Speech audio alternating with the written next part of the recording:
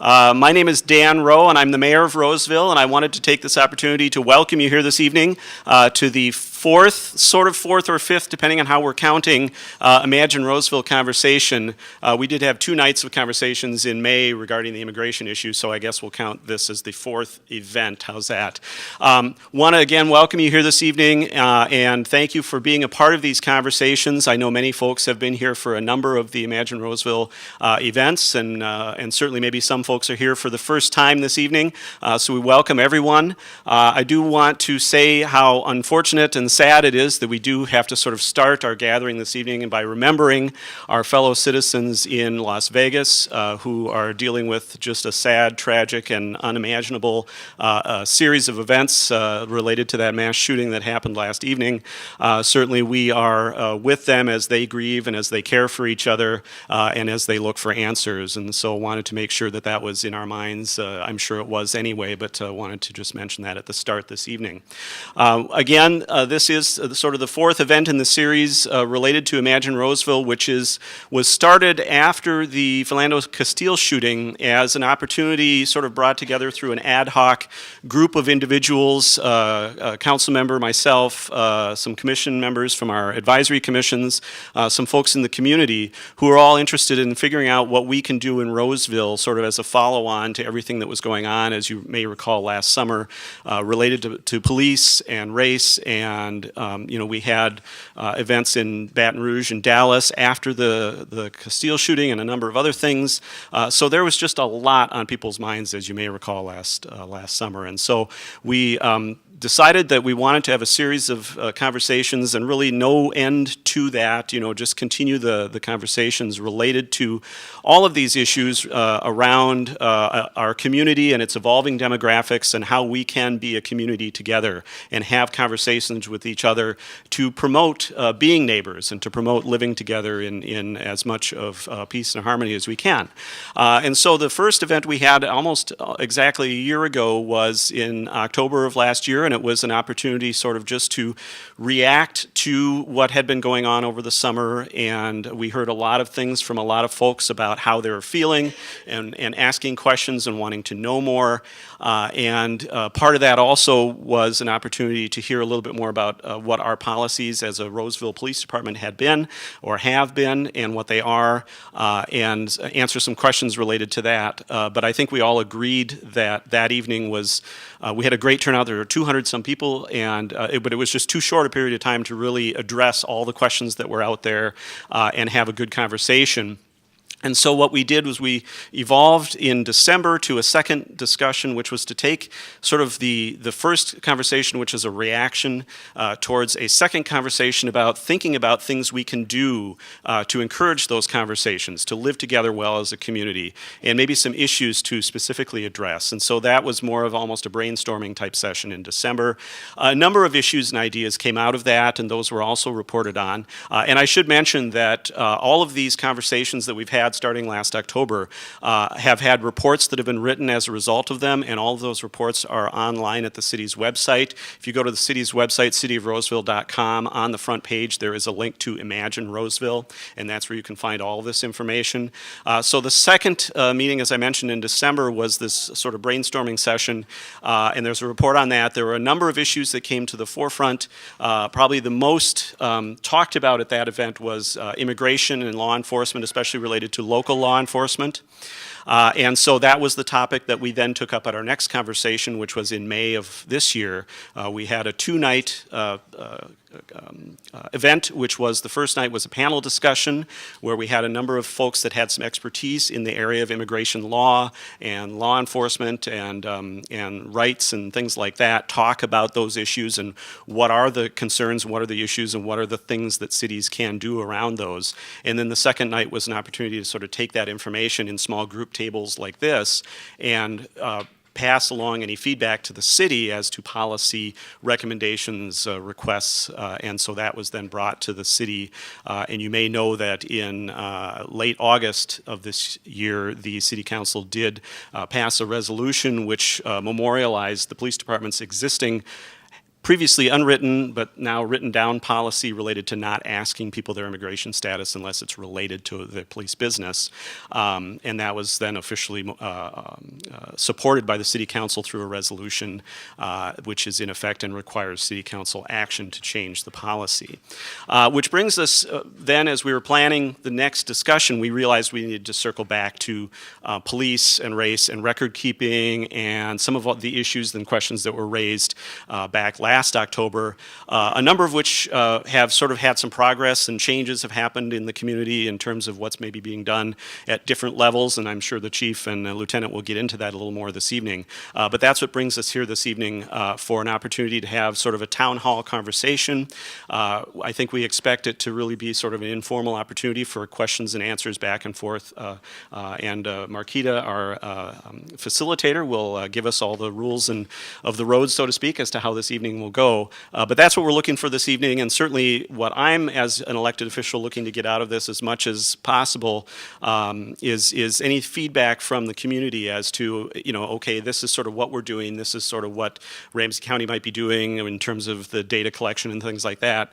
What do you as a community want to get out of that? What should we be doing differently and things like that? As you hear what's going on, you can provide feedback to that. I think we'd all appreciate that. And certainly it's an opportunity to ask questions as well. So that's sort of what we're looking for in a brief, probably not as brief as I want it to be, discussion. With that, I'll turn it over to Marquita to kind of introduce our participants, who shouldn't be strangers to anyone here. And Marquita, I'll let you take it from here. Thank you, Mayor. I appreciate that. And welcome, everyone. It's good to see you again. Welcome to those who have been here before. And welcome, welcome, welcome. Oh.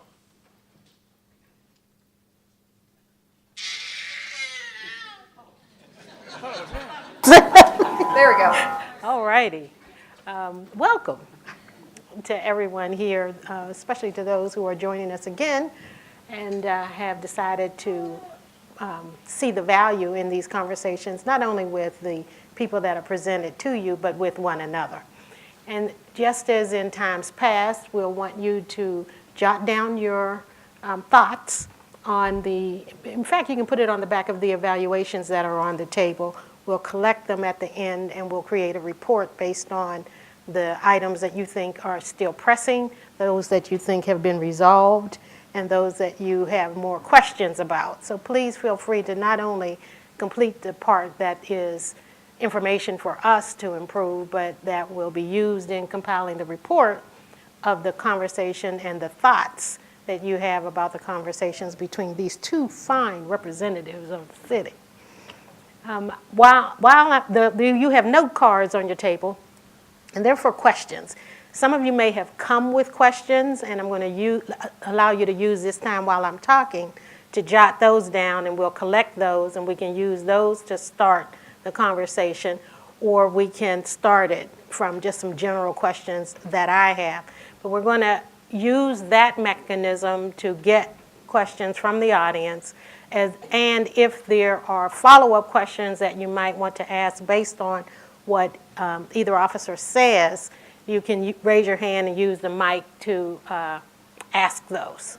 Okay, so we want to have a thorough conversation as much as we can and provide you with the information that you need to be comfortable about representing in conversation with others who aren't here matters about the police force. We do have a couple more resource people in the room that I'd like to point your attention to that you may or may not know.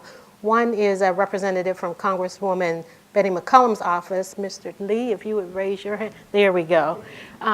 So if questions come up that require a state federal response, then we have someone here that might be able to shed some light on that in terms of direction that we're going. We also have the sheriff. Jackson. There we go. Okay, we've got the Ramsey County Sheriff here.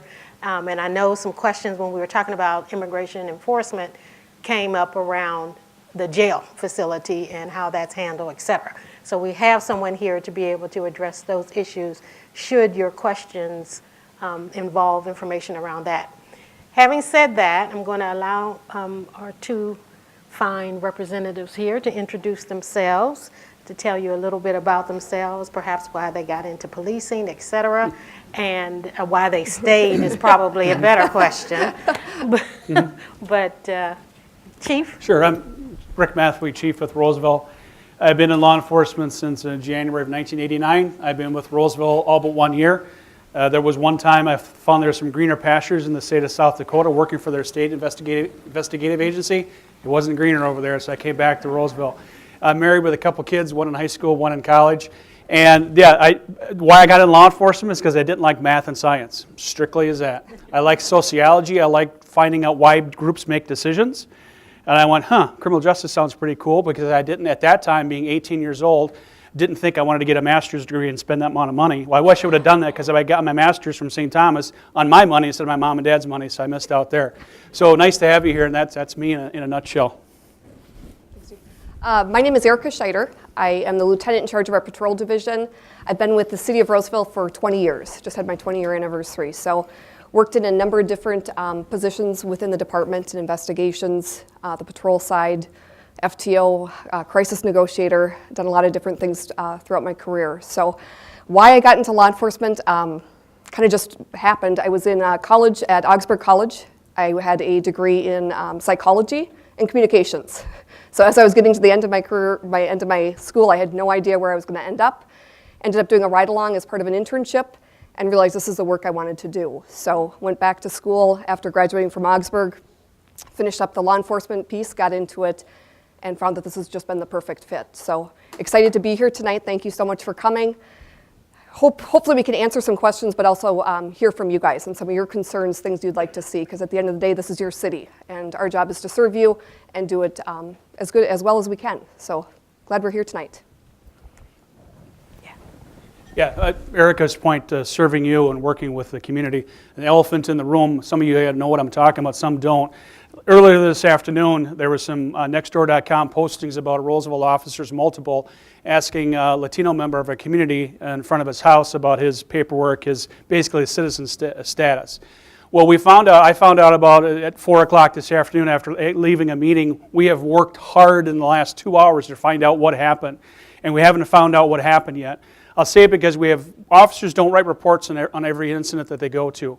So a minor call for service, such as talking to someone or negotiating some sort of mediating some sort of a problem between people, we don't write reports. And we have nearly 37,000 calls for service every year. So you can do the math at how many happened today. So we're trying to figure it out. We've had some conversations with officers that might have been in the area, and nothing is jiving right now with what was said. So we're working hard. We take our policies, we take working with the community very seriously.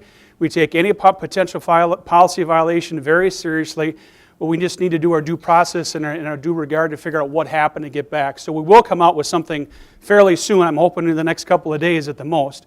But the officers that were involved, possibly were involved yesterday or today, were actually off by the time I got the email, so it's difficulty getting information. So we do take it seriously. We are working hard at it, and we will get information out as best as we can within a short period of time. So I appreciate your patience on that. Very good. How will you get the information out? Which method should people look for? I think probably there's Corey Youngke's with the department. He's our crime prevention guy. A lot of you know Corey through his process. There's a Nextdoor.com. That's a law enforcement piece that we just launched last week. We can get information from that. And we'll also, several people have emailed me today or talked to me in person. We'll get that information out directly to them, and they can cut and paste into their Nextdoor, their neighborhood if they wish to, or at least get the communication forward. I think from what the information that I got has a lot to do with the Nextdoor.com was how it was passed around today. And I think personally, I think the best way is to get it back in that avenue to go back. I just want to add, Chief, too, that I want to make it clear to folks that Nextdoor.com is not monitored by the police department, and so only if somebody brings something to their attention will they know about something that's posted on Nextdoor. So two things about that. One is that a number of council members live in neighborhoods and are participating in Nextdoor as part of their neighborhood, and so are aware of postings that do come up, and so that is one way, and I think that might be the way that this particular posting something came to the police department's attention. I know when I did pass it along, but what I did was I didn't include the name or any, I just included the content of the posting that didn't identify people because I wanted to respect the way Nextdoor is set up not to be monitored by the police department. So I did want to make that clear to folks. But also, if there is something that you're concerned about, it's totally fine and good to post it on a site like Nextdoor or Facebook or whatever. But if there is a concern, please don't feel like you can't bring it to the attention of the chief or the lieutenant or anyone in the police department, because the only way that they can address issues is to know about them. And like I said, they're not monitoring social media for that sort of thing. I think they might have a couple of better things to do with their time than constantly monitoring social media. So I just wanted to make folks aware of that and help folks understand maybe how that was brought to folks, to the police department's attention. It wasn't certainly that they were looking and found that post, because that's not what they're doing, but that some folks who had seen it had brought it to the police department's attention. So I think in that regard, we can post out, so maybe that would be one way if there is information to kind of provide a post out to provide that response, or at least personal follow-up with that individual. All right. The police department is a front line dealing with people who have mental health issues.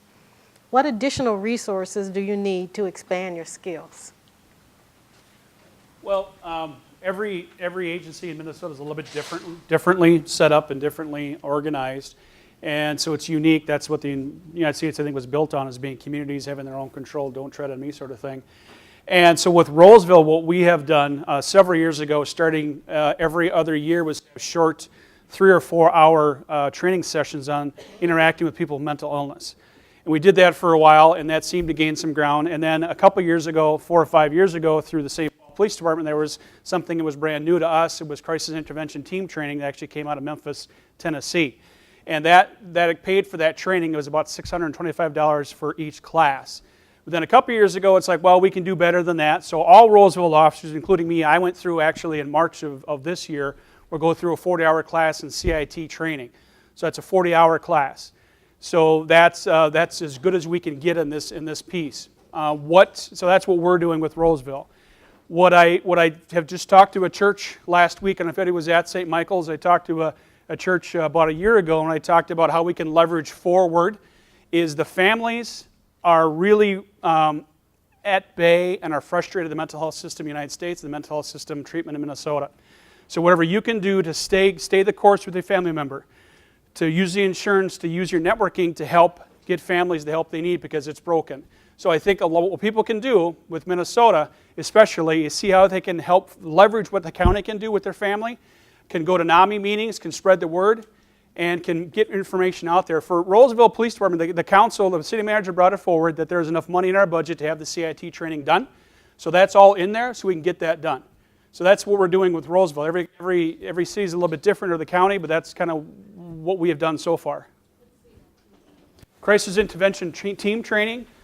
So that's the 40-hour course where when I took it, we had 4 or 5 mental health professionals, we had role players, and what it was is diagnosing, not diagnosing, but recognizing the behavior of someone that might be bipolar or having anyway, you know what I mean.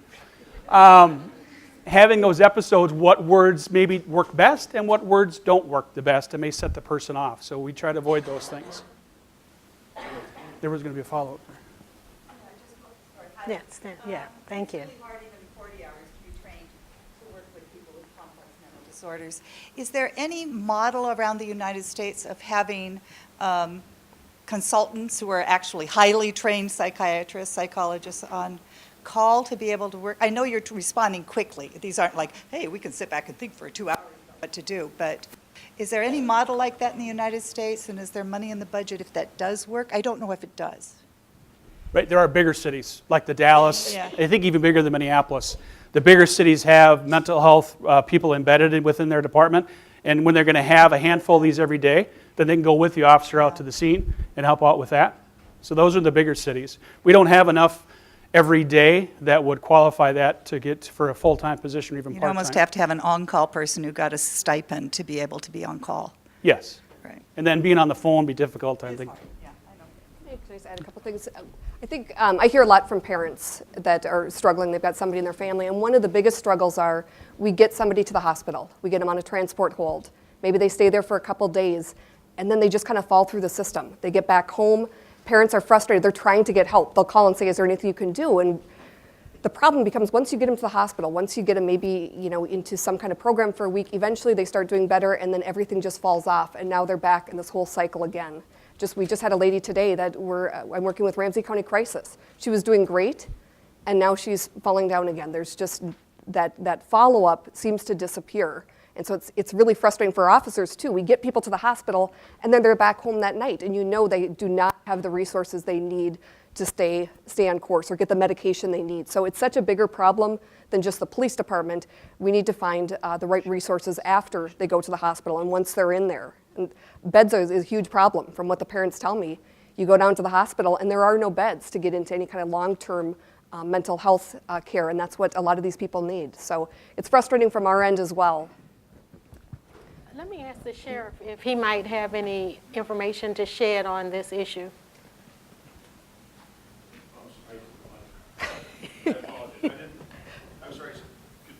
On the mental health crisis issue and the officer's response or inability I'm to sorry respond. Anyway, hi, I'm Jack Sarir. Kind of a setup. Hi, I'm Jack. I'm the sheriff, and I just thanks for inviting me here tonight. And I expected to sit quietly in the back of the room, so I apologize for this. So when it comes to county-wide response, and again, my job is to support local agencies. I've worked with both Rick and Erica over the years in different capacities, and do to today as well, obviously. So my job is to make sure that we can help the local law enforcement agencies that have their own police departments, those communities in any way we can. So in the county level, we have mental health care in our jail facility, but we also when you dial 911, and if in the course of that call, there's a number of things that we're asking people, and if in that call, they realize that there's a mental health crisis involved for not 24 hours a day, because again, right now it's currently a resource issue, but for about 18 to 20 hours, about 18 hours a day, they can take that call, and if it seems appropriate, and move it out of the emergency communication center and over to the crisis helpline, okay, for Ramsey County. So obviously sometimes we can't do that, because there are people at risk and there's things going on and maybe in a household. But if this is somebody having a personal mental health crisis, and it doesn't necessarily need a law enforcement intervention, whether that's sending the Roseville Police, Ramsey County Sheriff's Office in Shoreview, or St. Paul Police, they'll try to make those triage decisions up front. So that's another way we reroute. The thing, there's Minneapolis has started in the 3rd and 5th precinct. They're starting a response car for one shift or day shift every day now, where they've got a mental health social worker with a police officer that is responding to mental health crisis calls. So that's a model that we see working. St. Paul's done some modeling on this. Ramsey County is looking at this from a public health standpoint, and I'm working right now with Ramsey County Mental Health to figure out whether or not we pair either whether it's a local law enforcement agency or the county with a mental health social worker, and become a county-wide resource. That's something, in the offing. I don't want to rush into that because it's a lot of resources that go into those things. The thing I really want you to think about is this: is that there's a criminal justice loop in mental health, but there's a larger social loop in mental health. And if you talk to people who are experts in this field, they'll tell you, we don't have a mental health system that is failing. We haven't had one. We don't have a comprehensive one in this country. And so what we are all doing right now, what you see us all talking about, what you're talking about, what you're concerned about, maybe even engaged in, is building really for the first time a cohesive mental health response. And that's going to take time, and it's going to take resources. So it's not that we're trying to fix something that's broken. We have something that's never been built. We can go back to the 50s and 60s when the institutional hospitals got dismantled in this country, and they were supposed to be community mental health clinics that were supposed to be built and funded. They never were, and that's going back to the Kennedy administration, okay, and the Johnson administration as to when that started not happening. So we're building something anew. And it's something for us all to think about as we're looking at this. And unfortunately, when a bunch of different things are on a collision course, after they've collided is when law enforcement starts to respond. And so we've had a lot of things break down in our society over the last 15, 20, 30 years, and we see this increase every year in our mental health crisis response. And a lot of this is a result of other things throughout our society not being supported, not being done well, and then we have to get involved, unfortunately. So I hope that answers a question or two. Thank you. Sure. Question from the audience? Is this on? Yes, okay. A number of us met with neighborhood enhancement people from Health East on Friday because they are now running on the east side of St. Paul, training which is culturally informed. They have trained cultural liaisons to work with people to explain how mental health may present itself or difficulties in mental health in different cultures. And we asked them if something like that would be available to us in this community because we certainly need it. And the answer was, yes, they can talk with us about this, and also Fairview has some of this. So my question to you is, if this becomes available, A, do you want to be part of the discussion? B, can the city come up with the resources to pay for cultural liaisons who can help train your staff and fire and the library staff and the school district staff so that they understand what they're seeing? Yeah, it's a great idea, and it's a future of Ramsey County and Roseville for the diversity of people. So yes, it would be. As far as we'd have to figure out what the actual cost would be and then present it to the city manager and the council. So, but the first part, the discussions, oh yeah, definitely be a part of that. Okay, there's one other question around this issue, and that is to please address the role of the mental health liaison officer, including how the loss of funding for this position impacts the department. So the mental health liaison officer position is something we asked the council to fund, I think it's 3 budgets ago. So over the last, since 2011 through 2016, our mental health related calls for service have gone up over 114%. And that's where we actually go and talk to a family member that's experiencing mental health crisis.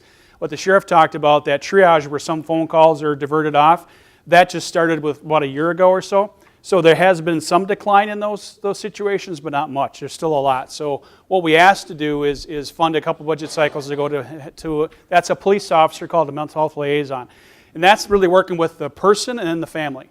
Because what Lieutenant Scheider talked about, it's a family when the person gets out of the hospital after hours or a day or two, when they come home, are they equipped to succeed, especially with care and prescription medications and things like that. So the mental health liaison officer work at the family for plans and work with the person. If the person's living alone, we've had a lot of cases where the person is experiencing mental health crisis and they're alone. And what happens with that dynamic is times 100 than if they have a family member to work with them. So that hasn't been funded. So to help with that, you can call your local council member and say, hey, we're in support of the mental health liaison officer. I will tell you, it's about $95,000 a year. It's not cheap. That's the officer plus benefits. So it's not cheap. So it's when there's only so much room in the tax levy for the eating the pie, there's only so much room there. So we have asked for it for the last couple of years and hasn't made it. So.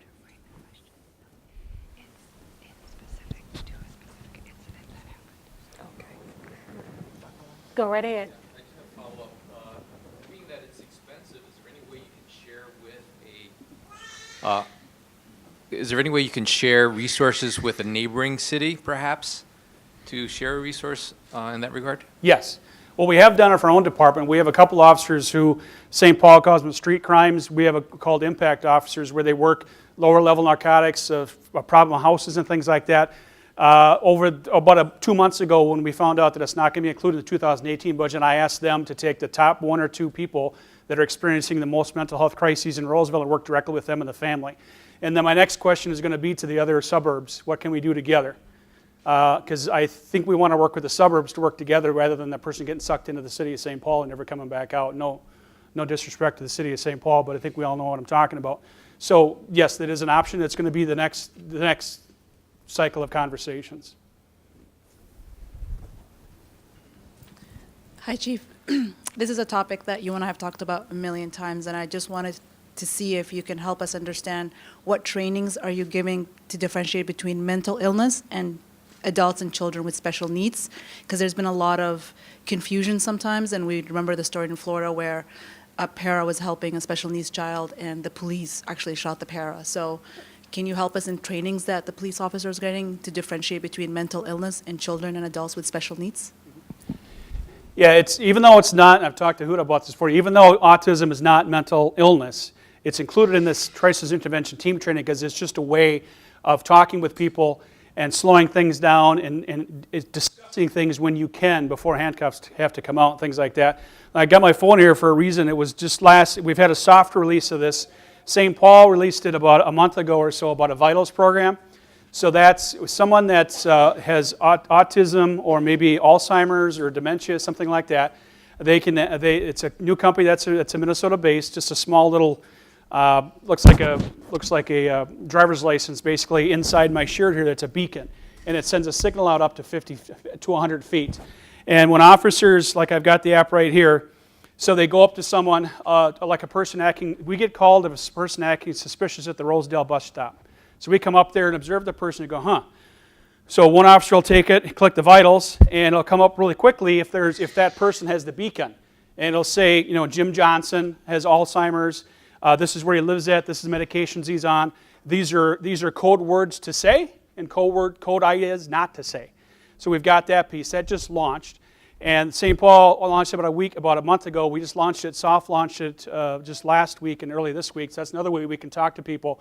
And it's just the family subscribes to it, the family pays for it, and if they have it, it's there. So as soon as, if I was talking to, say Kathy had one here, and it comes up as Kathy, when I get over 100 feet away from Kathy, it goes away.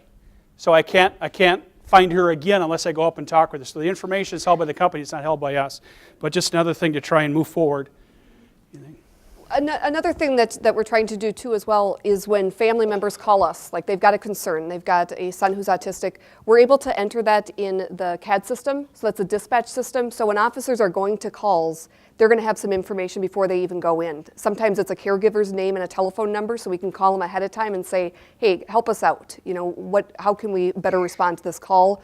Sometimes it's just that son has an anger issue, gets very nervous around law enforcement. So we know going in, although I know a lot of people get nervous when the police are coming out to their house, but we just have that a little bit more heightened alert on what we're dealing with, and then we can more effectively deal with it. Or if there's people that are working that have additional training or maybe are better at dealing with a certain type of person, whether it's an elderly or a child, we'll try to assign those people to that call. So if you know of people in your community, neighbors, family members, they can always give the police department a call, send us a note online through the online submittal, and we can flag that property with whatever comments you guys want. And fire also sees a lot of those same comments, so when we're responding, we can all hopefully have more knowledge. Okay, this is a question that I think will be a carryover from what we talked about in the last session. And the sheriff might want to weigh in on this as well. How many times in the last 2 years, that is 2015 and 2016, has the Roseville police staff been involved with ICE actions? And then how many times this year? That would be 2017. Yeah, we don't, zero with official actions. The one I can even think of was 9 or 10 years ago where an officer made a traffic stop over by the Motel 6 Super 8 area, and a person from another country, I forget which Latin American country she was from, she had a bunch of 3,000 or 4,000 pirated DVDs, which escaped customs when they were brought in.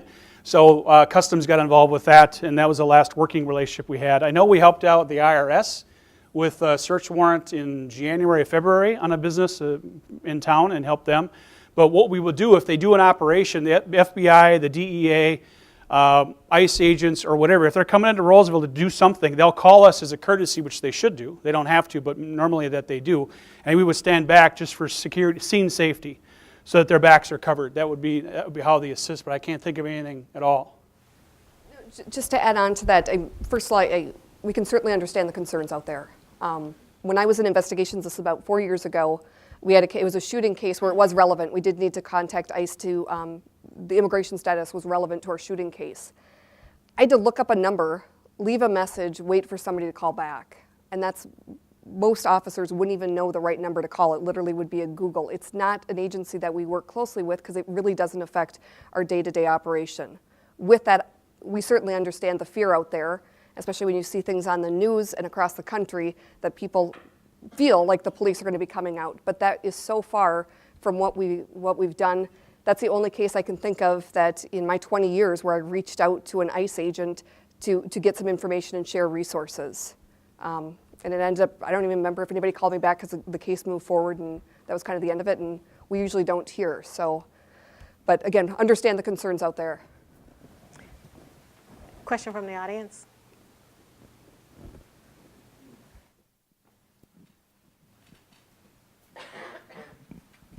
So a follow-up for both you and the sheriff.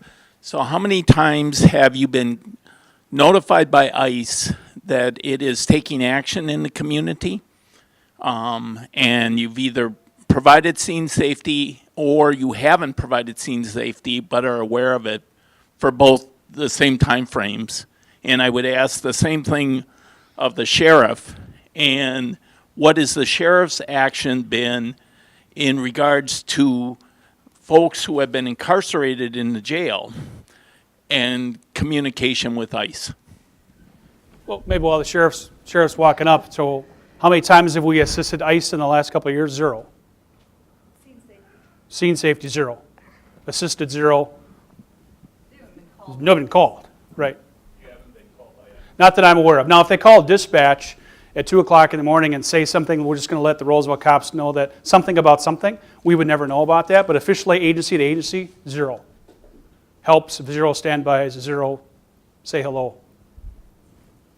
On the issue of the kind of the law enforcement piece out in the community, the answer is 0 to both scene safety or going to assist.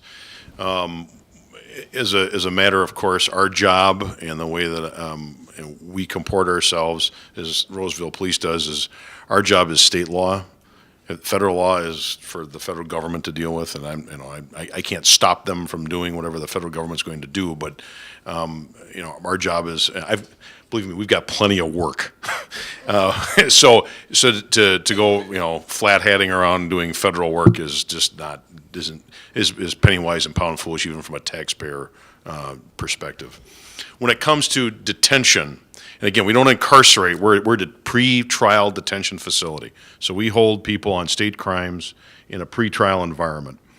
And then once people are sentenced to either probation, parole, or to incarceration for a crime, they go to a different facility run by Ramsey County Corrections or the state of Minnesota. They don't stay with us. The only time that we have, well, a couple different things. There's a couple reasons why somebody with an ICE status may be in our facility. One is they are being held on a state crime by a state judge, and the judge signs a writ that says so-and-so needs to stay in the facility because they're being held here for a state crime. Now, they may have immigration issues with ICE. That's not why they're being held in our facility. They're being held there because they're awaiting trial, and either there's no bail because let's say it's a homicide or something like that, or they've got a bail that they're not able to make. Okay, that's because the judges, and I'm not arguing with judges. I'm just going to let you know right now, and I wouldn't advise it either. But if a judge signs an order, then we'll do the detention as we would for anyone. So again, it's about the advocacy for victims, and if they're there on a state crime issue, we'll hold them. But again, we're not holding them for immigration issues. The second thing is that we are the closest. Okay, so congratulations, we have the closest jail to the Minneapolis-St. Paul International Airport. And we have a master contract with the U.S. Marshals Service, which covers many different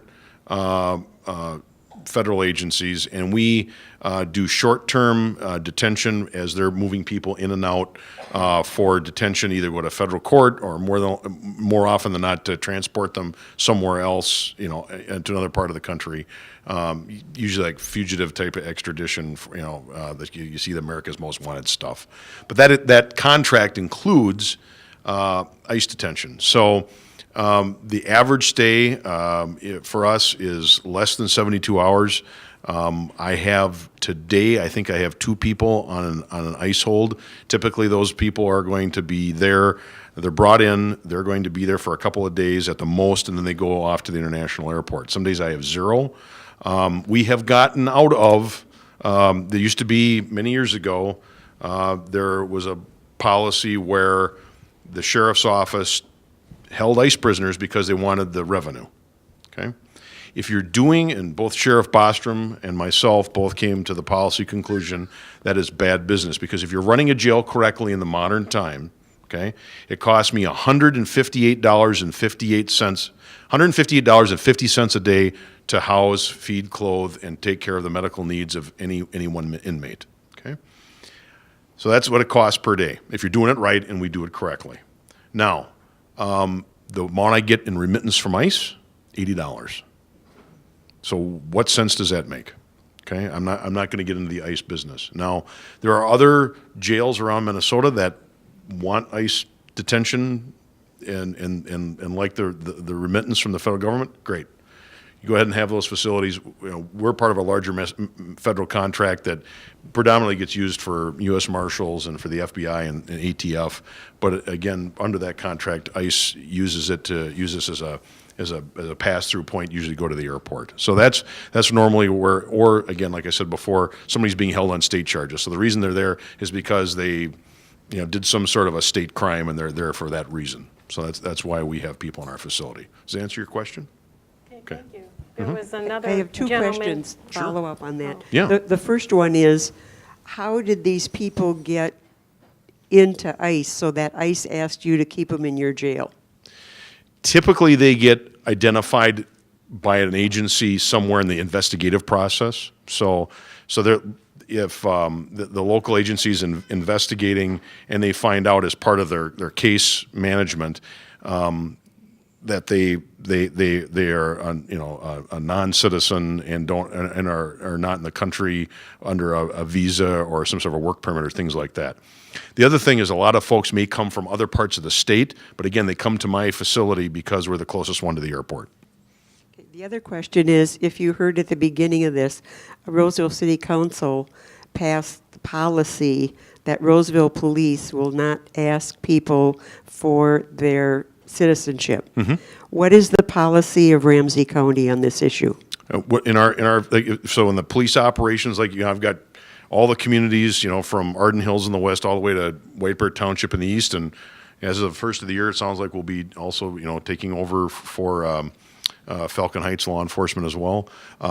My field operations, we do not ask about citizenship or proof of residency or anything like that when we're there to advocate you for you don't, as a but is victim. there an official policy? Yes. Mm-hmm. There was a question, the gentleman right behind you had one at the same time you did. Are you done? Okay. Does Roseville employ any officers who have been convicted of crimes of domestic violence or violations of orders for protection? And is there a city policy regarding hiring or retention of officers with such convictions? No. I'm one of the background investigators for the department. So when we hire somebody, they go through an extensive background investigation.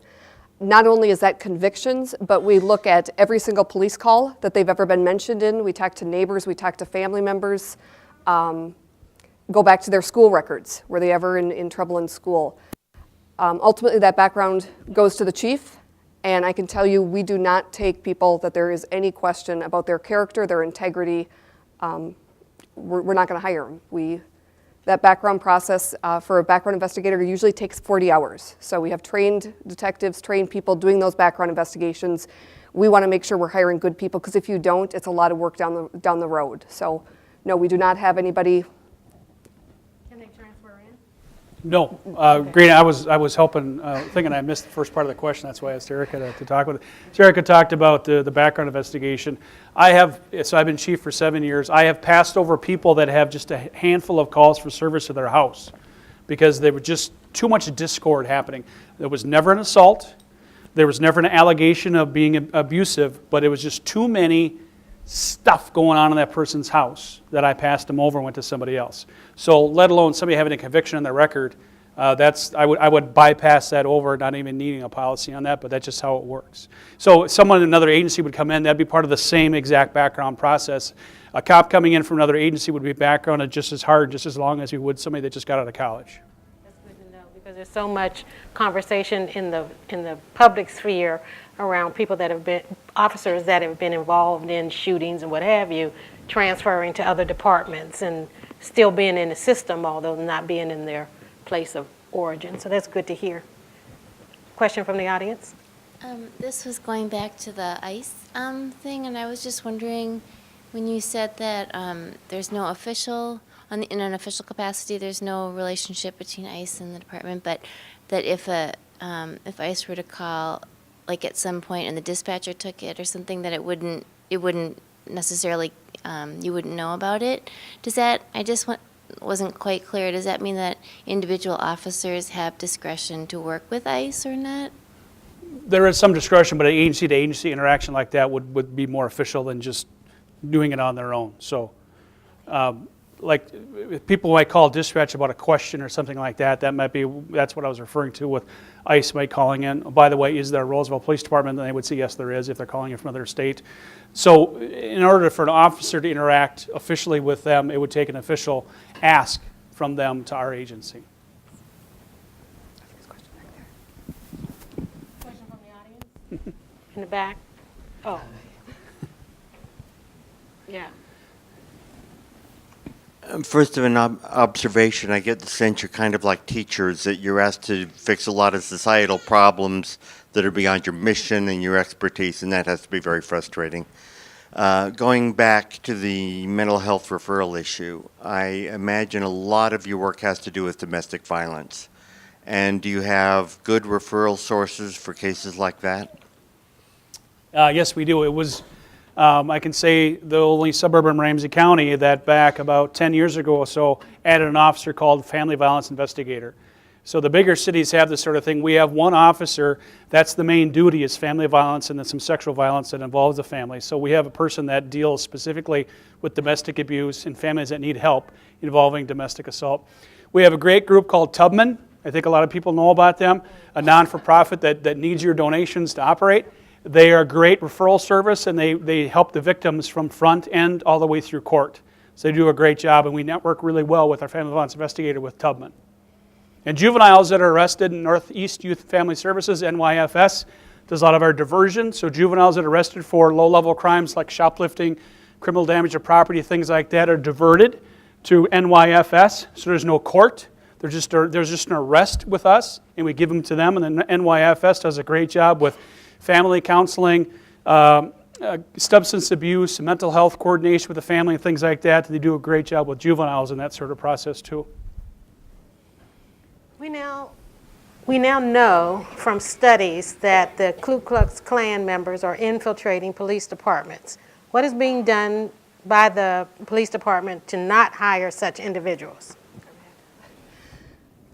Hopefully kind of talked about this with the backgrounds. It's, like I said, it's 40 hours. We're literally talking to everybody we can. We're neighbors, old classmates, old associates. We'll go back on like old job applications and see who they listed as references maybe 5 years ago. We still reach out to those people because sometimes relationships fall apart, and maybe somebody they put as a reference 3 years ago is more likely to talk to us. So we know how important those background investigations are, and that's why they're so intensive. If you ever talk to an officer who's going through them, they feel like their whole life is literally being dug up. Social media now, a lot of people will go back and look at all their social media accounts just to make sure that there's no connection. So really, besides just that issue, we're looking for any issue. We want to hire good people. That's what we need to serve the community, and the only way we can do that is to do those extensive backgrounds.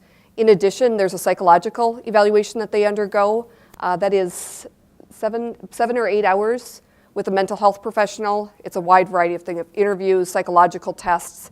I don't know what maybe we have about a quarter of the people that are not recommended for hire after that. So on top of just the background investigation itself, that psychological exam is done as well by a mental health professional. So it's a pretty hopefully a really extensive process. I know we do more in Roseville than a lot of other agencies, especially across the country. The state statute that mandates people. the state statute for background investigations. Oh, yes, Go ahead. sorry. There's a state statute that requires here in Minnesota you have to do a background investigation. So you cannot just hire somebody and say, I think they're okay, or I got a good recommendation from, I work with their dad, or whatever it might be. You have to do a background investigation. You also have to report to the post board if you do that background investigation. So as a backgrounder, one of the first things we do is we contact the post board to see who else has done a background.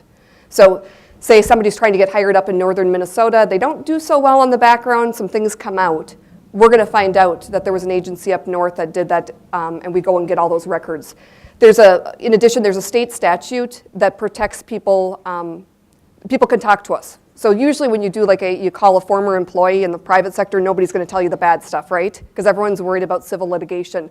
There's a state statute that protects employers from providing information as part of a police officer hiring process, and that's to make sure people are telling us if there was a problem, if they saw red flags.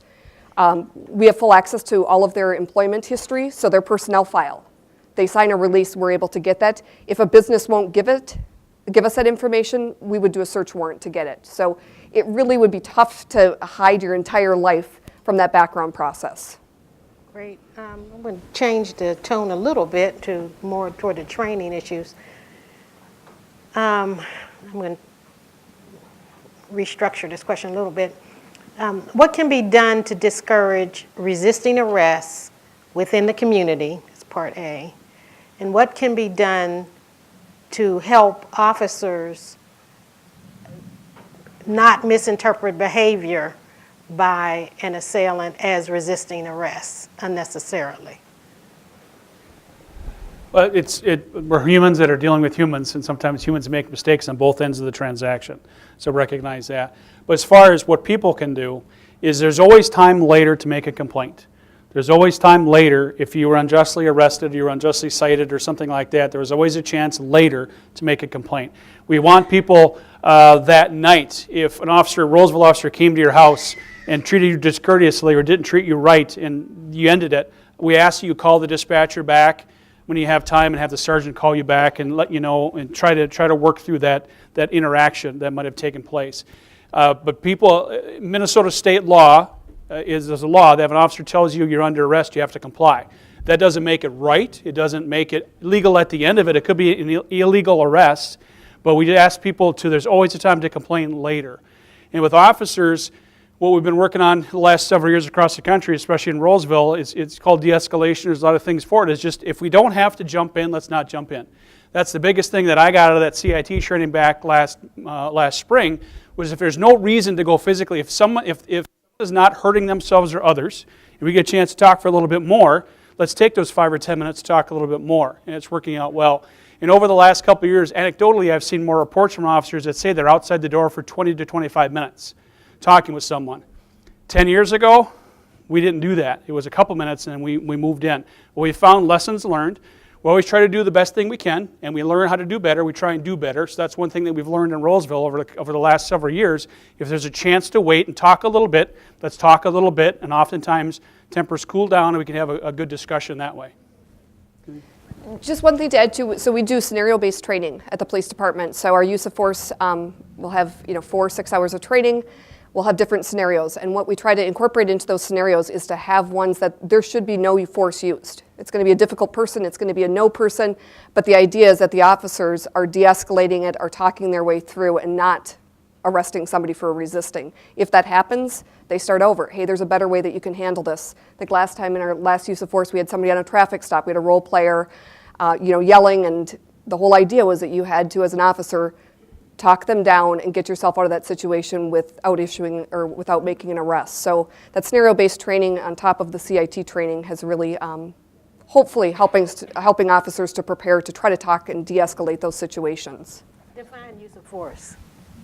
So like for the traffic one, the idea was even though this person is getting irate, yelling and screaming, you shouldn't be taking them out of their car and putting handcuffs or using any amount of force. The idea was that you just remain calm, you listen to them, and eventually as the officer in the scenario, you either sent them on their way with a ticket or without a ticket. But if the subject, the role player, if you arrested them, you were going to fail, you'd be starting over, and then you'd have a conversation with the use of force.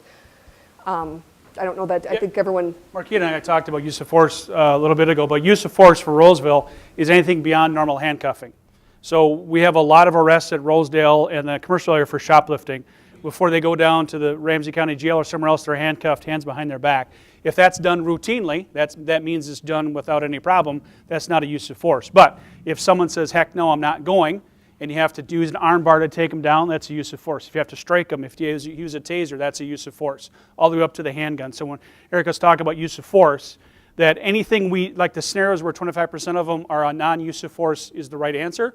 If you do anything beyond talking, it's a failure. So that's how it works with that. I think there's a mic out somewhere, I think. I had a follow-up on your as you were talking about screening new candidates, and it's great to hear all that goes into that. Can you talk a little bit about how you handle officers on the force who may run into some problems off the job, whether it be DUIs or domestic violence, other kinds of issues they may have off the job? Yes. We haven't had any situation where for years now, but what we do, if we have a policy that says if you have you've had interaction with a law enforcement agency, you got to tell us. You got to tell your supervisor. So hopefully that comes up. But a lot of if that's the case, we have to look at the precursors before that. What's the officer been doing for the last year as far as complaints, uses of force, and things like that.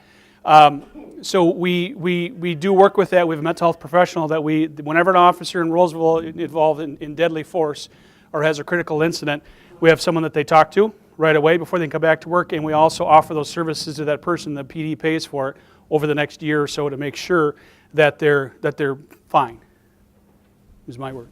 Do police officers get cultural competency training? Yeah, we started this a few years ago. Every year, it's an online through League of Minnesota Cities. That's the insurance company basically for all the cities, the suburbs.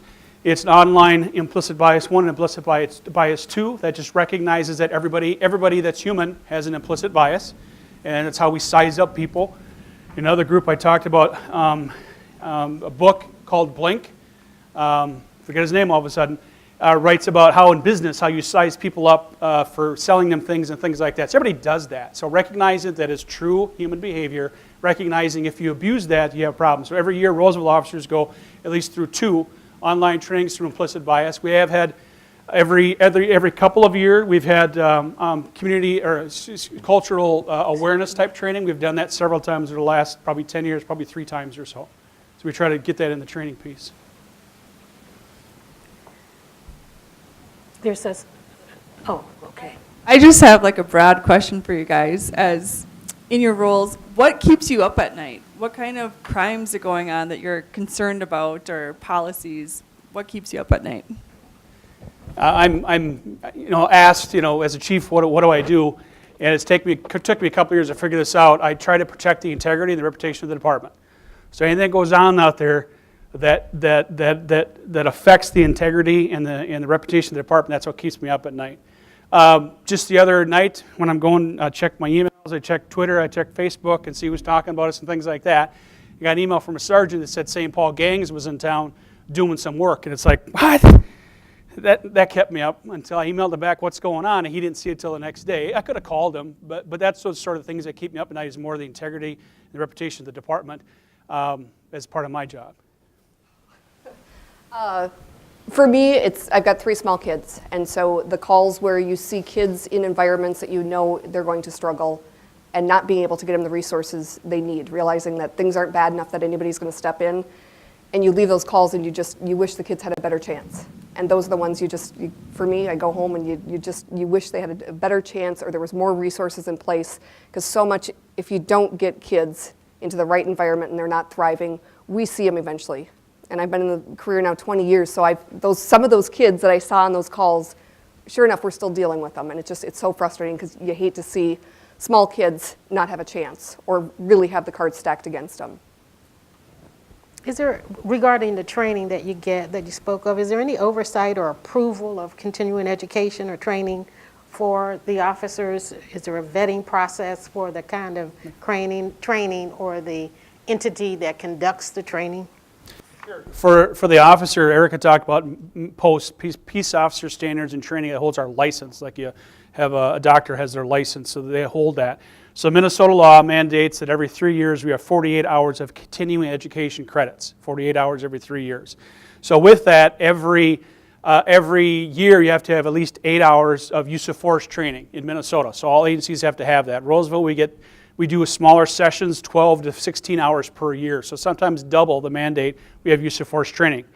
The other piece is every year you have to have legal update training. So in August or so, that's about when the new laws come into place that the legislature passed the session before. So legally we have to have at least an hour in that. So we take care of that. Every 5 years you have to have emergency vehicle operations, that's pursuit driving, and we do it every 3 years because I think it's a perishable skill. And we have other recertifications on that. So we have to submit that every year to the training with post. And if we don't do that, then they can take my license away. So we work hard to make sure that I don't get my license taken away because it's a good thing to do, to have the training. So post board mandates that you train in these select few things, and then the agency is up to it's them to make sure that you get the training in yourself in these other classes. So do you choose the vehicle through which you get the training, or does the post board tell you you have to go through ABC company, or how do you know who to go to and who makes the choice? They don't mandate we go through any particular one. We just vet our people out. St. Paul Police Department offers a lot of classes we go to. Minnesota Bureau of Criminal Apprehension, that everybody's heard of, they offer a lot of classes. And then we look, if they don't offer the class, we look who's hosting it. So if St. Paul's hosting it, then we know they've done a good job of vetting out the instructor we may not know. If the BCA is hosting it, then we do a good job of vetting it out.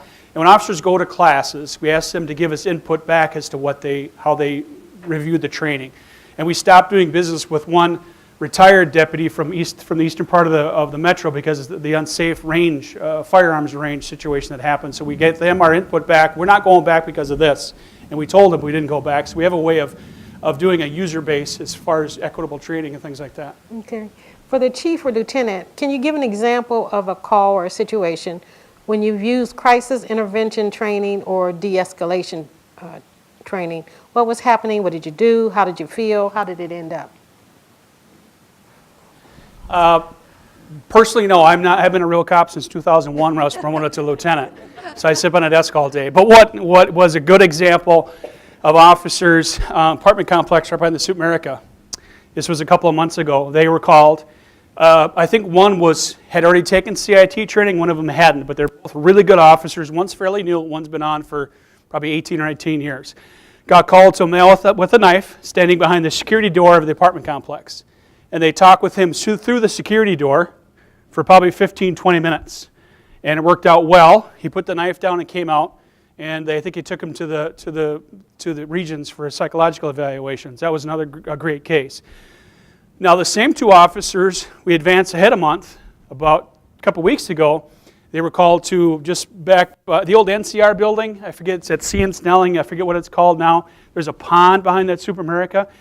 They got called like at 3 in the afternoon. These are the same two officers now with two other ones there. The same exact officers were there, and they got called of a guy looking in the windows during the business day of this business, suspicious, just wearing a t-shirt and underwear. It's a little bit odd. So officers get there. As soon as they rounded the corner, the guy attacked them, and they had no chance to talk with them. So I only say that point because the CIT training, de-escalation training, isn't a magic button we can push to affect the outcome, because it's a person who we're interacting with that ultimately controls what they do. I know with limited faculties, but they control that. So a great case where it worked out really well with a knife that was put down on the ground, and it worked out well. In the other case, the officers, like I said, just as soon as they rounded the corner on the trail, the guy came at them, attacked them, so they had to defend themselves. Different case. Do you have any? It really is daily. There's cases. We like stories. Okay. Just an example from today, because it was right before we came over here. There was an individual that I described earlier. So she had gone to the hospital a couple weeks ago. She's back home having issues again. She has warrants now for arrest because of some issues she didn't take care of.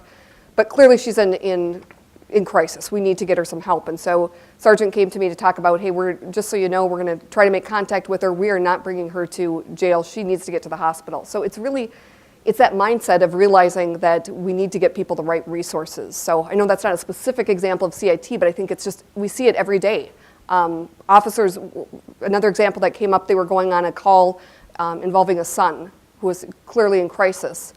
one of the things we're doing more and more is trying to call and get more information before we get there, because we're finding out if we've got more information about this individual, what they're going to respond to, what they might be afraid of, we can better handle our approach. Maybe we're going to decide to wait for Ramsey County Crisis to come with us.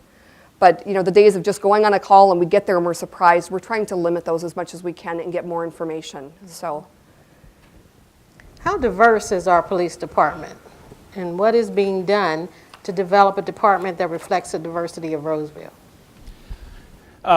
We're behind what is in the demographics of Ramsey County, which is about 20% non-white. So we're behind there. We're about 13-ish% of our sworn staff. And we're working. Every agency in Minnesota is going to be behind that curve. There's a number of reasons for it, but we're all working hard to do better. One of the things that we're doing for the last 4 years now are community service officers, or CSOs. A couple of them helped you as you came in. So every community service officer process we do, and we hire our cops that used to be CSOs for us. So it's a rich history of hiring officers from our CSO group. Very rich history. So the last couple of times we've hired, we've done an internal-only hiring process. So you had to be a Roseville employee or a Roseville volunteer to interview. So that cut, instead of 200 and some applications, we have 4 or 5. You might have a firefighter every so often that wants to be a cop, so you might have that, but usually it's our CSOs. So we'll only have 2 or 3 CSOs looking for the one job. So to get a CSO job in Roseville for the past 4 years, you had to either speak a second language, that are one of the 5 most spoken in the homes of Roseville schools. There are over 65 languages spoken in as first languages in the homes of Roseville schools. So Spanish, Somali, Karen, Hmong, Thai is what we've got from Roseville schools. So if you don't have that second language, you have to have experience living and working with a diverse community. So that's how we're doing that. And so to be a Roseville CSO, you have to have one of those. And we've got all 4 of our CSOs have one or both of those 2 qualities. And to be a Roseville cop, we hire our CSOs first chance we can get. The other piece that we got, one of our, Ku's sitting over there. Cool, stay up because we hired him away from Roseville schools. Thanks, Karen Schaub. Ku used to be the cultural liaison at the Roseville High Schools for the Korean community. We stole him away from the schools. And what we started now in 2007 is a cadet position. So he's a full-time position because he went through all the skills training. And the sheriff already told me he's not going to hire Ku away from us. I've got that blood agreement with him.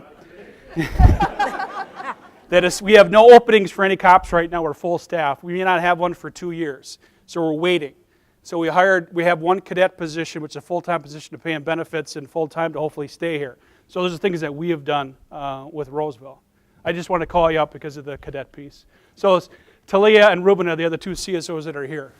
They were helping facilitate. Plus it's a way, they're law enforcement students, and they're learning about community policing, and then hopefully they can use this interaction, this meeting, as a benefit to their education. It's another thing we're doing. It's 2027 in Roseville. How do you see law enforcement changing in our community? What are your hopes and what are your concerns? It's 2027. I'll let you handle that one. Rick will be retired. I will be retired by then, I'm sorry. It's on you. You know, I'm still hopeful, so hopefully good things. Recruiting is hard. It's hard to get people to go into this career for lots of reasons. You know, you turn on the news today and you see that. It's a really challenging career. It's a really rewarding one, but I can see why people, when they're picking where they're going to go, do they want to work nights, weekends, holidays? Do they want to see all the stuff that we're seeing?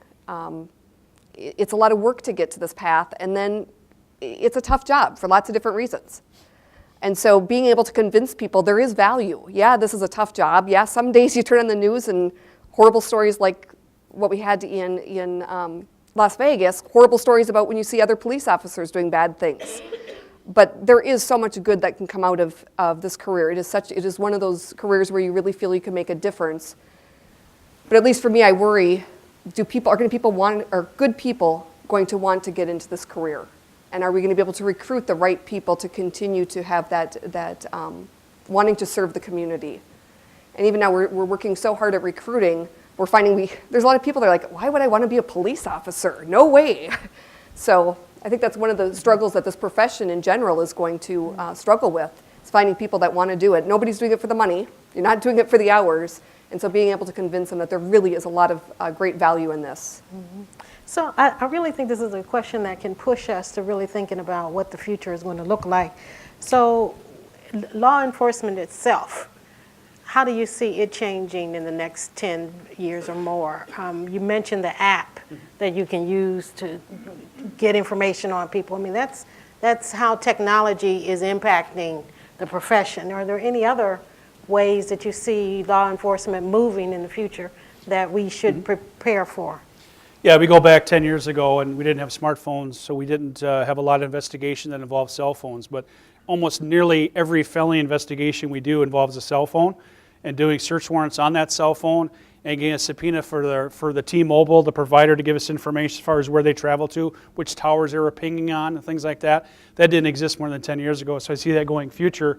A lot of online, you get a call right now at your house and it has a Roseville, it has a 636 or 631 number, something like that. Well, that's local. Or, hey, that's my phone number. People are doing that from Jamaica, from Romania, from Russia, from other places like that. They can spoof their way in through Google, one way to do it. So I see that, a lot of investigations taking place across the world and try to get people's money back, or that may be a piece that the U.S. government has to help us with, the governments across the world, to get that money back to the people who have now lost $16,000, $20,000. We had a case just last week where elderly gentleman, which is usually the case, the person's alone, they don't have a lot of contact with the outside world, called him and had him do several, either Best Buy or Target gift cards, either way, it doesn't matter, several $1,000s at a time, and then called the person back and read off the number, and then all the money up to like $16,000 or $18,000 in just a matter of hours was gone. So those sorts of crimes I see happening more often. So there may be more call for interagency connection around activity. Question from the audience? Yes. Hi. I just wanted to jump back a couple questions. I really appreciated the question and how you answered it about the racial diversity of the workforce, and appreciate hearing you recognize that there's work to do on that. But I'm also interested in knowing, maybe you don't have this statistic at your fingertip, but it would be interesting to know what % of your officers are Roseville residents, members of the community. We have 48 cops, including me. 2 or 3 are Roseville. I used to be in Roseville many, many years ago, 20-some years ago, for about 5 years. As far as the residency requirement, that was a question I was asked at the church last week. You want the best cop. You not just the cop that'll live in Roseville. So you want the best cop to be there. And how can we get the best cop here without deselecting some of our people who can't move here? Maybe because of family, maybe because of economic situations they can't. But the farthest we have is probably 25, 30 miles away, a little bit longer than that. But you want the best cop, because that's who we want to come to your door, is the best one, not just the one who lives in Roseville. So if I may follow up with what I think is the intent of the question around officers knowing the community. One of the ways of knowing it is to live here. The other way of knowing it is to be involved. So the question would become, are officers involved in community activities, either community organizations or sporting activities, clubs, what have you? Is there some community connection beyond an address that they all share or have? Yes, if the community engagements section that you have there, that lists a lot of what we do. Especially I talked with Corey Yunke before about different things that we do with school. We have a Lunch in Schools program that officers go in and talk to elementary school students, high school students. My assigned one that I chose was Fairview Alternative High School for like the 3rd year in a row, which works out great to talk to people. Corey, working with our Roseville Police Foundation, have done soccer camps and other things like that, especially with the kids at the Rice and Larpenter apartments, and then other apartments too, some in Falcon Heights, some just north of here with more of a Somali base to them. We've done a lot of conversations with that. So we do at least 2 extra make a difference sort of affairs, where like in administration we'll adopt a family. If a family that comes to us with domestic abuse needs some help, we'll adopt them for the Christmas time period. And hundreds of dollars of our own money goes and buys them gifts, takes them out, things like that. Other officers work with families. We had other officers work with Keystone, the food shelf just behind. Superamerica on Hamlin keeps coming up all the time. Behind the Superamerica on Hamlin. They've worked there to help shelve and things like that. We've done our Explorer group, which high school students especially has done a great job raking the leaves and putting the fall stuff away for some of the older people in town, working with NYFS on that. So a lot of those things, but if you look at the community engagements piece, a lot of those are in there. So I think it does a good way of describing it. What differences have you experienced on your job since Philando's killing with co-workers and residents? Residents, especially with Imagine Roseville meetings. I look at this job from my lens of being a cop for more years than I've been alive.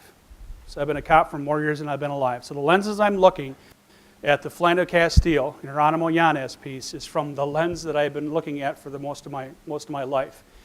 And I looked at that situation professionally, antiseptically, that sort of piece, and didn't realize until we had the meetings how close to home that was for people that live in Roseville.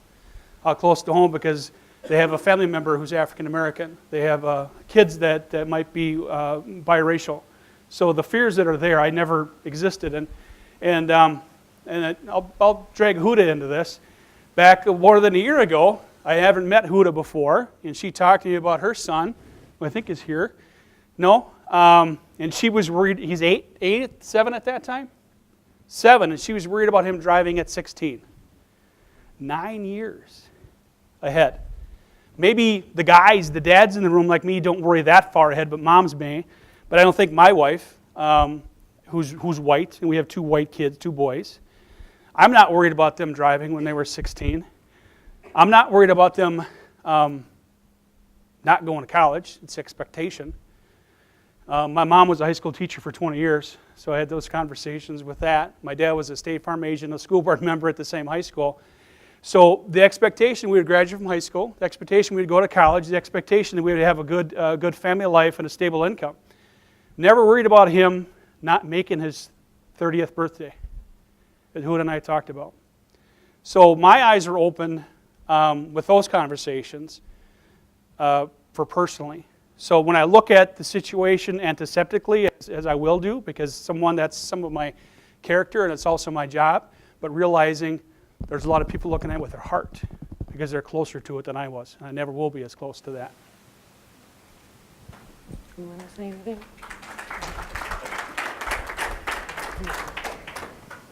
Let's see. How is the opioid epidemic impacting Roseville? Use of narcotics, drug arrests? I don't know what. We'll figure it out. I can say if it's not here yet, what are we doing to prepare it? A year ago, there was some state funding to get Narcan. And at that time, we were seeing more of the heroin overdoses. So got some state funding. We were able to get all of our officers a Narcan kit that they could carry. We didn't think we'd have that many times we'd need it, but at least if we came across somebody and the fire department wasn't there or the paramedics weren't there, we'd be able to use it. So we purchased one for every officer. I got about 7 or 8 extras, and I thought we're good for a couple of years. 2 weeks ago, 2 nights in a row, we saved somebody with Narcan. So 2 officers came to me, they're like, I need new ones, and I realized we are running out of Narcan. Something that I thought that we hopefully would only have to use maybe a couple times, because usually by the time we got there, figured out what was going on, fire was on scene, a line was on scene, we are just finding more and more of it. So thanks to the Police Foundation, we're going to be ordering another whole batch of Narcan for all of our officers. But it is real. When you have 2 nights in a row that our officers literally brought people back, and far too many cases where we're not bringing them back. We're seeing more and more of it. Our sharps containers, we used to joke that the sharps containers, how often we found syringes. It wasn't that often. It'd be months or 6 months before we'd have to empty it. Now it's not uncommon that needs to be emptied on a regular basis because we're recovering so many needles, which means people are injecting these opiates. So it is a huge crisis. The police don't have all the answers. We can bring them back with Narcan, but if they don't get the help, they don't get the treatment, we are going to deal with them again. People don't just have the overdose and say, oh my gosh, that was a close call, I am never doing that again. It is such an awful drug. It's an epidemic across the country. People need to get treatment, or we're just going to keep seeing them. And unfortunately, there's a lot that we aren't saving. It's too late, and it's just tragic. It's young people, it's family people. It's hitting everywhere in our country. It isn't just people living out on the street. It's people that are throwing away their whole lives. And just bringing devastation to their families. So, Are you arresting people? What's that? Are you arresting people? We aren't. It's not. Most of the people we're dealing with it's overdoses. Occasionally maybe a possession, but a lot of it is like in a hotel room, in a car. People just literally, the overdoses are. I don't have the stats, but we are seeing so many more of these cases. And when you read the news, you realize what a big problem it is. So there's a Minnesota law passed a few years ago, a Good Samaritan law. So that's if you're a younger person, you're in a house that the house party is going at, and you know your friend is ingesting something illegal, if that person goes down and you call 911 and help out, you won't be arrested for that offense. So if you're there as part of it, you won't be arrested for it. But the Narcan saves that we're doing, we're treating as a medical emergency, and that's it.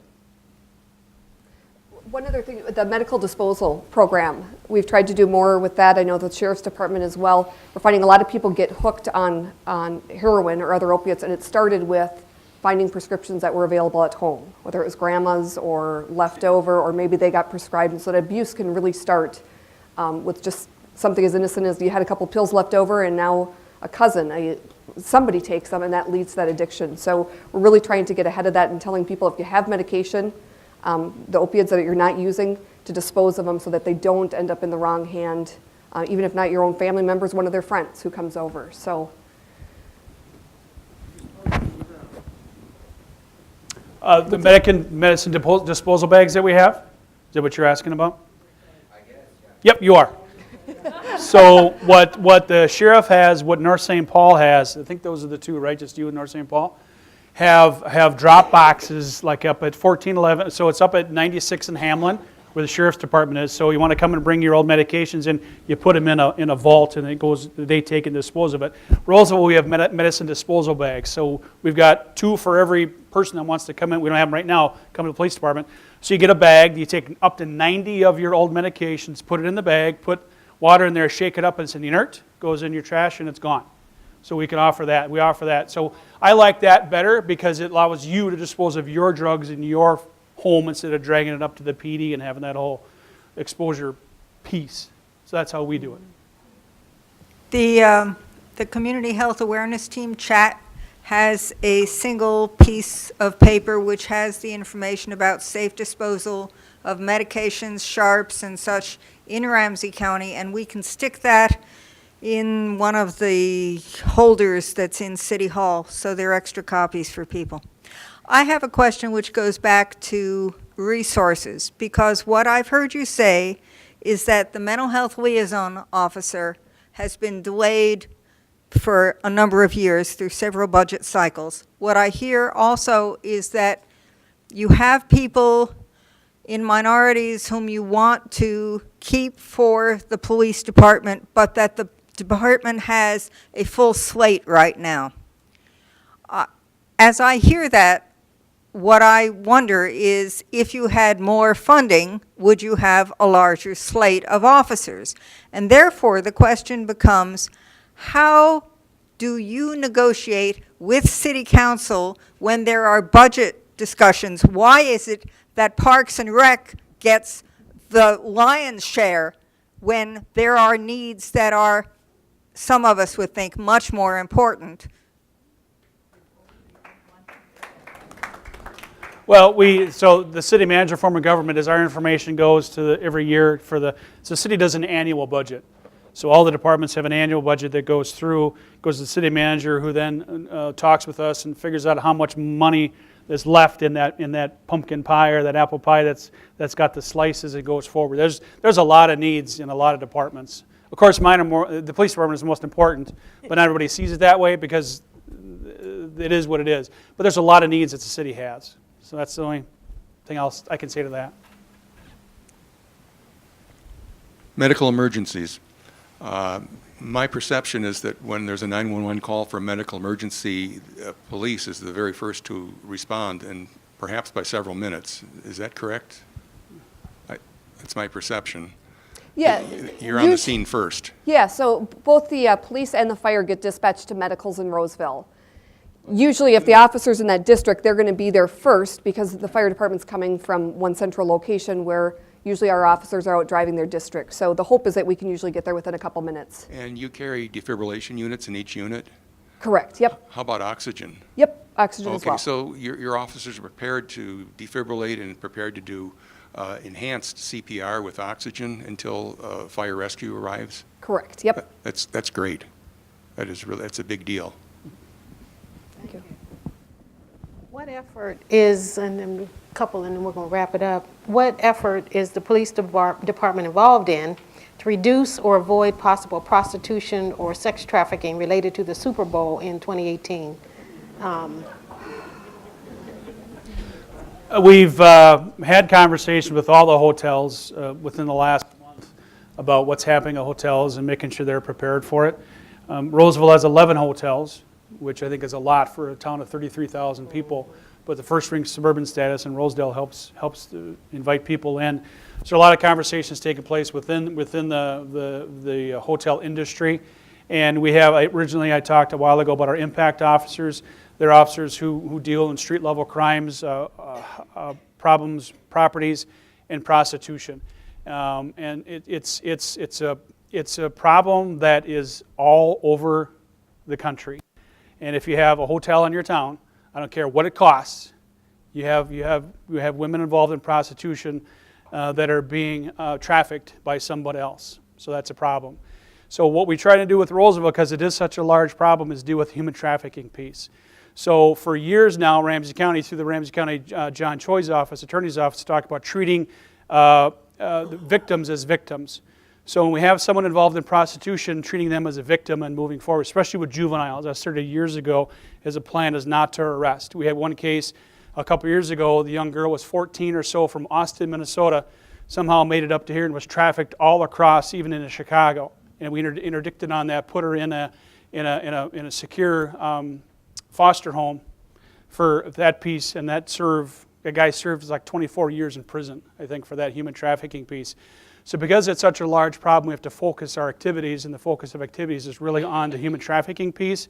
We work a lot with St. Paul, especially, and somewhat with Minneapolis, but a lot with St. Paul because it's a cycle of abuse and a cycle of trafficking. One last question. When investigating a rape, do you arrange for one of the officers to be a female?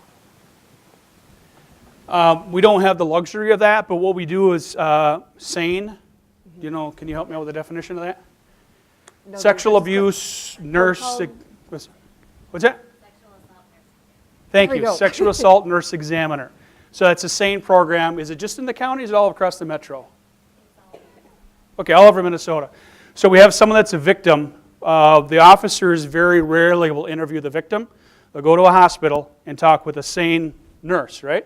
Is usually a nurse? You should stand up and answer this question. I know about the program, but I'm not a real cop anymore. So, yeah, the officers will very rarely do that.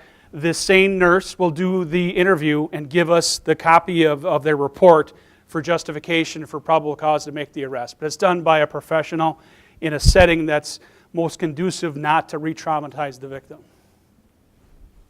Thank you so much. This has been informative, and I think a great opportunity for us to come together and share with you our concerns as a community, questions that we have, and to hear your candid and honest answers and reflections upon what's happening in Roseville. And I'm sure some of the information that you provided was new to some of us, and others certainly were well versed in what's happening in Roseville and appreciated your punctuating what they already knew. I'm going to ask the audience to use this time to write responses to the evaluation questions, and then to write on the back some ongoing concerns, some questions, platitudes, successes, whatever you want to say that you want to reflect on and want us to know with respect to your experience here. We'll collect them and we will compile them, and they will inform how we proceed going forward. Okay.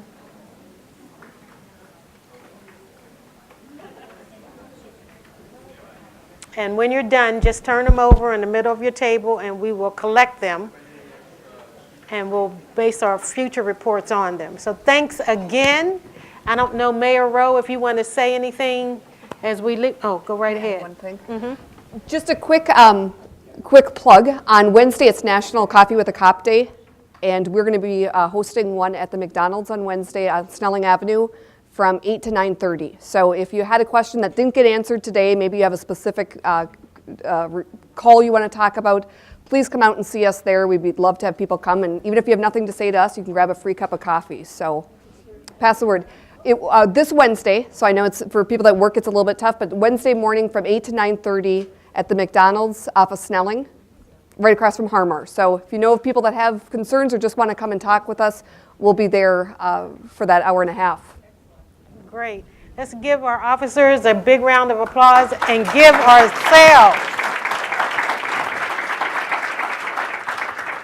ourselves a big round of applause. Feel free to talk amongst yourselves as you write what your responses are. You may come up with a collective response. Mayor? And I just wanted to add my thanks, too, to everyone who's here tonight and who's been participating through the process. We don't know yet exactly what the topic will be for the next Imagine Roseville conversation, but there will be another conversation on another topic.